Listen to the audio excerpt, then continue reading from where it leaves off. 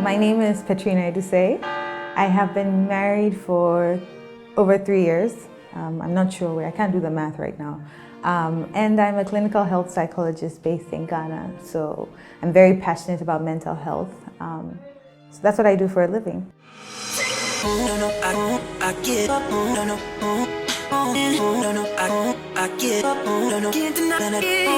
His proposal was like, well, my church is doing marriage counseling and they encourage young couples to be in marriage counseling. You don't have to be ready to get married so soon. So why don't we just do it now so that at the time we decide we can say we've done it. And then we were in marriage counseling and it was kind of like, okay, this is leading to something. And yeah, that's how romantic it was. This is a very interesting one. So from the day he proposed or when he suggested marriage counseling, I think somewhere through the counseling period, we were just kind of like, okay, what are we waiting for? We might as well just get it done with. And I felt, for some weird reason, I felt like, yeah, what are we waiting for? I wasn't eager, like, oh, I need to get married, but I was like, what are we waiting for? So his family came for knocking, came to express their intentions, and there they were talking about, okay, so possibly we're looking at maybe a few months from now. My dad was like, why? My father couldn't wait to get rid of me. That's a joke. But he was like, no, there's no need to plan anything extravagant, or we can do it small, just us family. So when can we do? My dad picks up his phone, looks on his calendar. How is 2 Saturdays from now? So literally at the knocking, I was just there and I was like, what the heck is going on? They decided that the traditional was going to be 2 weeks from then. But the only reason why that made sense was we had agreed that it was going to be just his very close family and mine. We weren't going to do any, large ceremony. So yeah, so 2 weeks from knocking, we had our traditional. That ended up becoming a ceremony, by the way. My dad was like, no, we are Africans, we have to invite our family members and things like that. So it ended up becoming bigger than we envisioned. And then between the traditional ceremony and the wedding, it was about the three weeks, almost 1 month. Now this happened because my dad's work, he was required to go and meet with his boss where he was going to be stationed, which was another country. So he asked us to shift our date forward so we could have the ceremony before he left. But then the date he asked for didn't work with our pastor, and then so he had to go and then come back, and the date that made sense was the 18th of August. The funny thing about it is we didn't get confirmation of that day until a week before. So it was such a mess.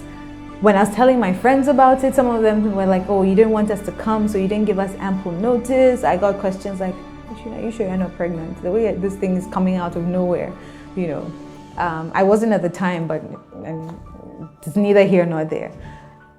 Funny enough, I called the pastor to confirm the date and ask him the time, and then he goes, 18th. I had you here on Tuesday, 18th is Friday.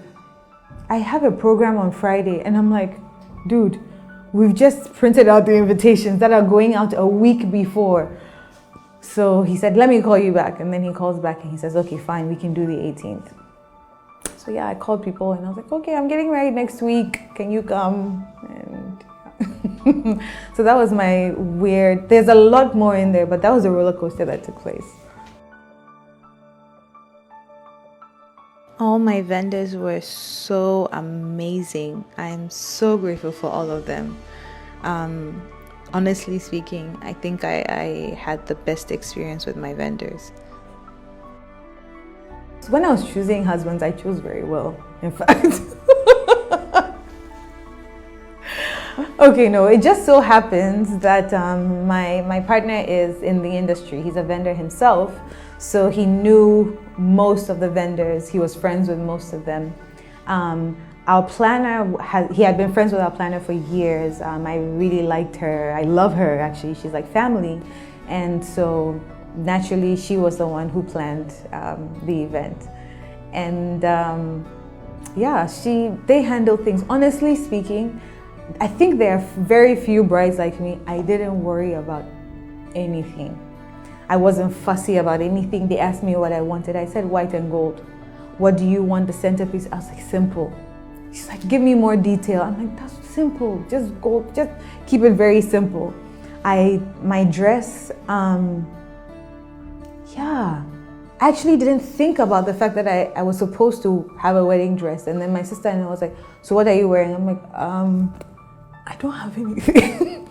So she takes me to a bridal shop and then we go and look around, and all the dresses were so extravagant. I was about to leave when the owner of the store said, just try this one on. It was a beaded dress. But when I wore it, it was very simple. The cut was very simple and I fell in love with it. It was just me. It was nice, but simple. So that's how I ended up with my wedding dress. So with vendors, truly, it was my husband who did all the work.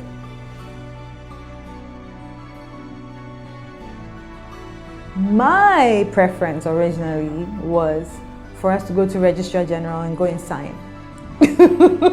And then have like maybe a small lunch.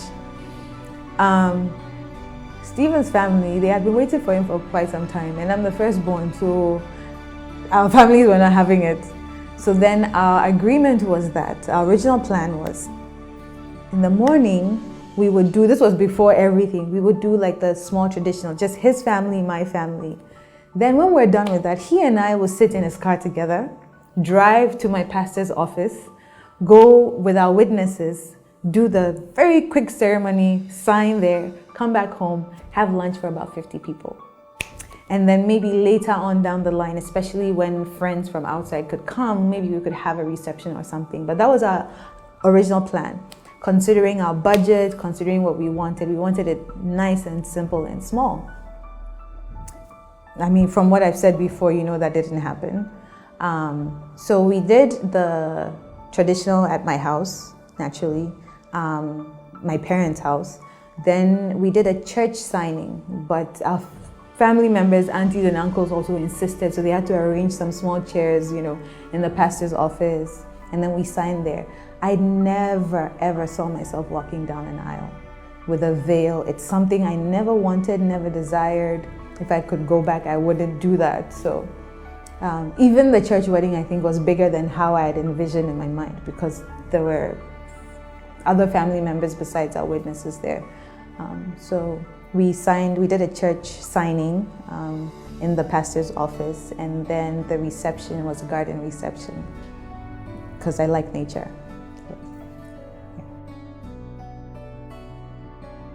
My funniest experience was that, so the church was at Spintex Road, near Community 18.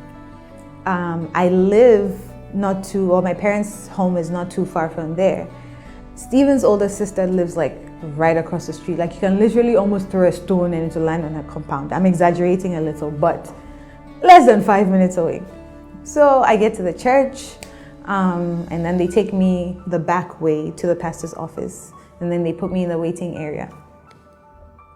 5 minutes, 10 minutes, 15. So I asked the pastor's assistant, what's going on? He goes, oh, don't worry, just relax, everything is okay. And I'm like, do I look like I'm not relaxed? I'm just asking what's going on. But now I'm starting to wonder. I wasn't panicking. I assumed that the pastor was delaying. Maybe he was in the middle of something. I kept waiting, I kept asking questions. I think I sat there for maybe close to an hour. I won't lie. And it was just, I was like, seriously, let's just get this thing over with. That's exactly how I was feeling. So we go in, I get called in, we go in, only to find out after the fact that my husband shows up my husband-to-be at the time showed up at the church, dressed, looking good, ready, jumps out of the car, pastor's assistant is like, okay, can I have the rings? And then he remembers that it's by his bedside at Kanda. Mind you, our wedding was on a Friday. If you know anything about the Spintex Road and traffic to Kanda is... So he went through his panic mode, and then he asked his assistant to take an Okada. At that time, they hadn't banned the Okadas. So he hopped on one to Kanda. At some point, apparently, my partner called him so many times. He wasn't picking up his phone. He too started panicking, but finally he called back and said, okay, I have the rings, I'm on my way. And he brought it. So yeah, that was very funny when I was told. This one is not so funny. It's not scary either, but it's interesting because my planners know best. Listen to your planner, I'm telling you. They know best, they have the experience. So she said, what about your bouquet? And I was like, well, I don't, like I said, I was a very nonchalant bride. I was like, I don't know. So then my cousin had said, I mentioned it to my cousin because she does floral stuff, and she said, oh, she won't be able to do it, but she can get one made for me, and that'll be her gift to me. So when I told my planner, she said, let's have a backup plan, because are you absolutely sure she'll be able to? And I was like, oh no, it's fine. She said, I mean, why doubt her? Around 11 p.m. the day before my wedding, my cousin sends me a message and says she's so sorry and that the people didn't come through with a bouquet. I read the message. I was sick, so I was actually sick during my wedding. I had a chest infection, but I was braving through it. So I read that message. I laughed because it was like, oh boy, she told me, you know. So I sent her a message and I was like, I'm so sorry to do this, but I need an emergency bouquet. And she came through for me. I mean, she's amazing. So in the morning, she showed up with the bouquet of flowers for me. So one interesting thing about my ceremony is that there was no alcohol served. Yeah, there was no alcohol. Both my partner and I don't drink. So for me, I was indifferent. I didn't mind if alcohol was served. But he suggested, he was like, well, if we don't drink it, why should we be the ones? Why should we serve it? And we decided not to. I know for a fact that a number of my friends and other people were very disappointed that there was no alcohol. I'm sure some of you are looking at me like, how is it possible to have a ceremony? It is possible because we did it and we're still married. So that was the interesting thing about my ceremony. There was no alcohol, but I had fun, and my closest friends, we had fun, we danced. So yeah. If I could go back, I would not have a white, well, yes, I wouldn't have a white wedding, even though it was a church signing. I would do just the traditional marriage and then sign there. I don't believe that it is, you know, in our society, there's this notion like, when are you doing the proper wedding? And it's the white wedding. Not understanding that the white wedding is somebody's traditional, ceremony. So I don't believe that it's a must. I like being Ghanaian. I like African tradition, hence my South African necklace. But I love the traditional marriage. I think it embodies everything that needs to be done. A pastor can pray there, pray over the rings and marry you there. If you want to do your white, that's everybody's prerogative. But if I could do something differently, that's what I would do. I would have just the traditional and then sign there. Well, two valuable lessons. Let me say two. The very first one is not to fret over the ceremony, right? Because at the end of the day, it's just a few hours in the day and it will pass. What is the goal of the ceremony? The goal of the ceremony is for you to marry the person you want to spend the rest of your life with and share that happiness with people. So sometimes we fuss about, oh, it has to be this color is not matching exactly. People will talk, people will, and we fret over all of these things, and the day comes and passes and it's like, fortunately, I didn't fret, and I look back and I'm so glad I didn't. And I have heard from people also say that there was really no reason for them to fuss about these things because it comes and it goes, So try not to fret about unnecessary things. The only thing you should be worried about is that the person you want to spend the rest of your life with shows up. Because I know weddings where that doesn't happen, trust me. And the final thing is money. We had a small budget. we could cater for 50 people at the time the way we wanted to do things. Our families were insisting that, oh, well, your family, your uncle here, your auntie this. And we said, well, we don't have the funds for it. So if you're insisting, you should be able to contribute or help in some way. And they did. I remember my dad was like, you want how many people? 50 people. What kind of white people thinking is that? This type of mentality, you don't bring it to this place. So we are Africans and we'll celebrate as such. I remember that's exactly what he said. But remember that the amount of money that you spend at your ceremony, right? The amount of time it takes you to make that money and for you to spend it in a span of hours, most of the time it doesn't make sense. So one thing that I'll say is that if you have the means, by all means, splurge, have your white doves, do whatever it is that you want to do. But if realistically it doesn't make financial sense, especially because you're going to have a future, you have to live somewhere, you have to pay rent, you have to pay bills, think more about your future. Nowhere in the world do they have, maybe there's somewhere, but nowhere that I know of have I heard of wedding awards. Oh, and the best wedding goes to this person, the best decor goes to... It doesn't happen. Maybe it happens for the vendors, but you as the individual, you won't get a special award, you won't get a special grant to have the most lavish wedding ever. So keep that in mind, and then and tied to that is that the nature of your wedding is not tied to the longevity or the happiness or the satisfaction of your marriage.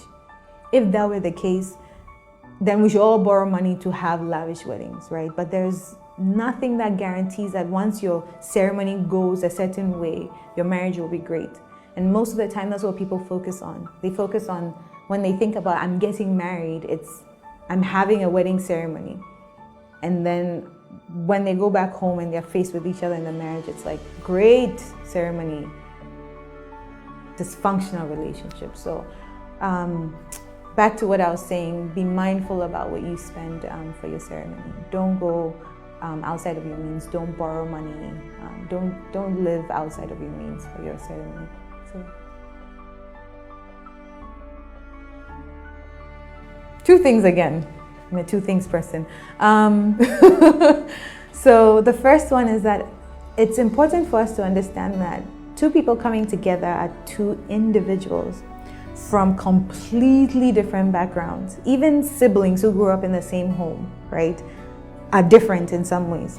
So now take you and your partner coming from different parents. You could even be from the same hometown, but your home setting is different. Now what's going to happen is when you come together, you have been taught a normal way of doing certain things, and your partner also has their way of doing things by virtue of how they grew up and their experiences. A lot of the times when people come together and they're knocking heads in their relationships or in their marriages, they think a lot of these things are deliberate on their partner's part. But it's important to remember that it's two people trying to figure out how to live together and create their new normal. When you think about it that way, it's less contentious. So the person leaving the cap off the toothpaste, that's their normal. Your normal is put it back on. How do we figure out how to create our new system, right? So if it's you have to remind the person most of the time, do that. If it's the I'm going to buy the one that you squeeze and it's a cap instead of screwing. So you find what works for you. Think about that. I remember in the beginning, I have this thing of not closing cabinets and drawers. My partner was like, why do you leave these things open? And from my mouth, because I read something and justified it, people who like to leave these things open, they are very open people. Open people, you know. I'm sure he was so irritated by it, but gradually I've become more conscious of it. And even now, sometimes when he leaves something open, I'll go and close it and I'll just laugh to myself. Because in my mind, I told myself that we are just trying to figure out how to live with each other. And the last thing, or the second thing, the last thing is that we focus on trying to change our partner. So they're like this, they've done this wrong, I will help them do things the right way. From my personal experience, I've realized that if you work on yourself, you work on your mental health, you work on your happiness, you work on your satisfaction, there is no way it won't translate into your relationship. Because sometimes the things that we see in people that we don't like and we criticize are actually things about us we're not ready to face or deal with. And so if you think your partner is lazy or disorganized and it drives you nuts, more often than not, that's something that you yourself are dealing with on a certain level that you are not ready to face. So if you really want your marriage to improve, work on yourself. Work on being better, work on being in a better emotional and mental space. That almost always will translate into your marriage. So yeah, that's what I have.